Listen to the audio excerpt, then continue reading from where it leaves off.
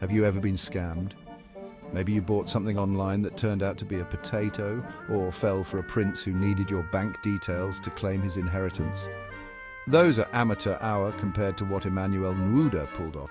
This guy sold a fake airport, not a model airplane, not a drawing of an airport, an actual full-sized, non-existent airport. And he got away with $242 million. This wasn't some back alley deal, folks.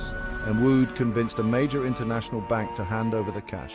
We're talking briefcases full of money, secret meetings, the whole shebang. It's like a movie plot, except it actually happened.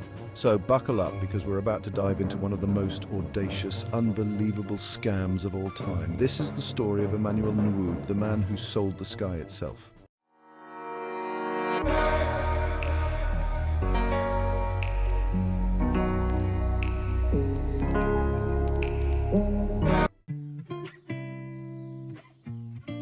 Now you might picture a con artist as a shady character in a trench coat, but Nwude was different. He was charming, charismatic, the kind of guy who could talk his way into, well, anything.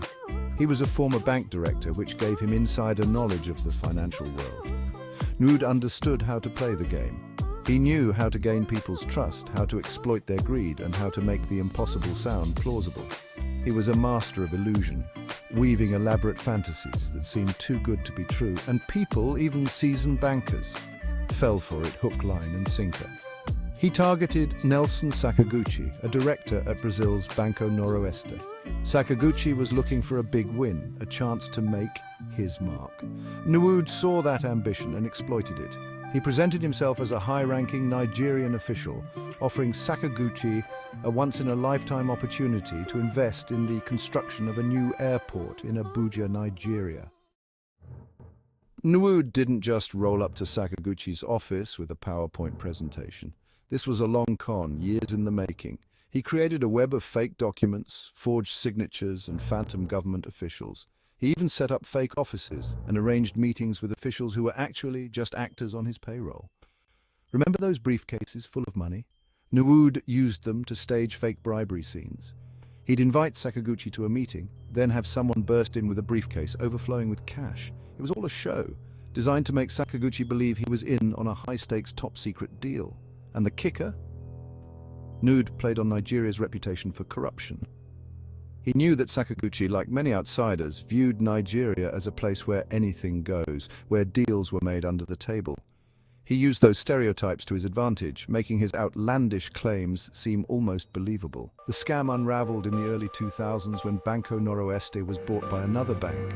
The new owners started asking questions about this mysterious $242 million loan to Nigeria. Turns out there was no airport, no construction contracts, just a whole lot of missing money. The fallout was huge. Banco Noroeste collapsed, its reputation in tatters. Sakaguchi and several other bank officials were arrested and charged with fraud, and the world watched in astonishment, wondering how anyone could fall for such a brazen scam. This wasn't just about money, though. It was about trust, or rather, the erosion of it. Nwude's scam sent shockwaves through the global financial system, highlighting the vulnerability of even the most powerful institutions to fraud and deception. The law eventually caught up with Nwude. In 2005, he was arrested and charged with fraud, money laundering, and impersonation. And remember those charming, charismatic qualities? They came in handy during his trial, where he denied all charges and claimed to be a legitimate businessman. But the evidence was overwhelming. Nwude was found guilty and sentenced to 29 years in prison. He was also ordered to repay the stolen money, although it's unlikely that the victims will ever see a dime of it. Nwude's story is a reminder that justice isn't always swift, but it often arrives eventually. His downfall serves as a stark warning to other would-be fraudsters, proving that even the most elaborate schemes will eventually crumble under the weight of their own deceit. The story of Emmanuel Nwude and the $242 million airport scam is more than just a tale of greed and deception. It's a cautionary tale about the importance of due diligence, the dangers of blind trust, and the enduring allure of a good story. Nwude's scam reminds us that appearances can be deceiving. He was a master manipulator, using his charm and charisma to lull his victims into a false sense of security. His story highlights the importance of critical thinking and thorough investigation, especially when dealing with large sums of money.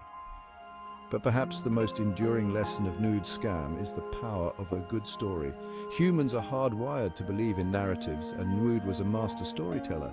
He wove a tale so compelling, so believable, that even seasoned professionals were taken in. His story reminds us to be wary of narratives that seem too good to be true, and to always look for evidence to support those claims. So the next time you're tempted by a deal that seems too good to pass up, remember Emmanuel Nwude and the $242 million airport that never was. It might just save you a fortune.